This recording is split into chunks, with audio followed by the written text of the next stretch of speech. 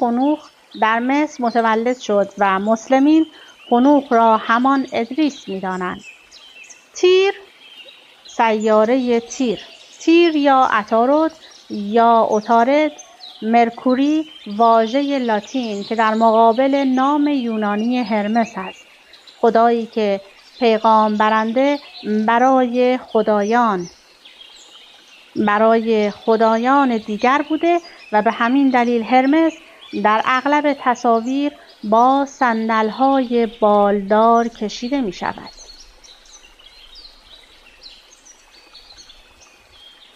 علاوه بر پیغام رسانی، او نگهبان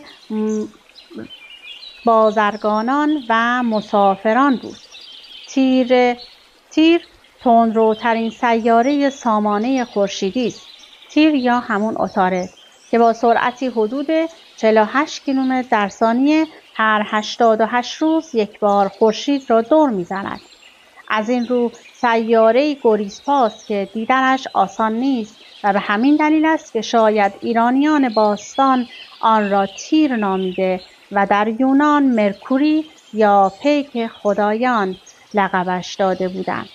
مرکوری در ادبیات افسانه‌ای یونان و روم خدای سخنوری و نویسندگی و عطارد در ادبیات فارسی و عربی دبیر فلک نیز خوانده شده است.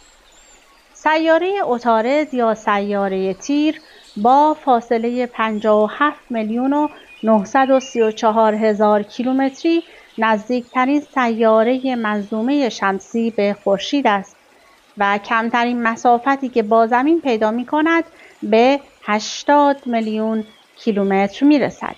به خاطر نزدیکی این سیاره به خورشید، اگر در طرف رو به خورشید آن بخشی که روز است قرار بگیرید، به راحتی در دمای 465 سانتیگراد پخته خواهید شد و به علت حرکتی وضعی آرامش اگر در طرف شب آن قرار بگیرید آنقدر سرد خواهید شد که در دمای 148 سانتیگراد به راحتی مرگ را بر اثر یخ بستن تجربه می کنید. گردش وضعی این سیاره حدود 2 ماه طول می کشد و از این رو گرم شدن آن در روز و سرد شدنش در شب دیرپاست.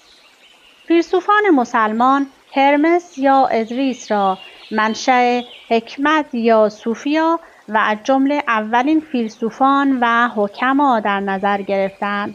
به علاوه شیخ الاشراق شهاب الدین سهروردی و نیز شاگرد وی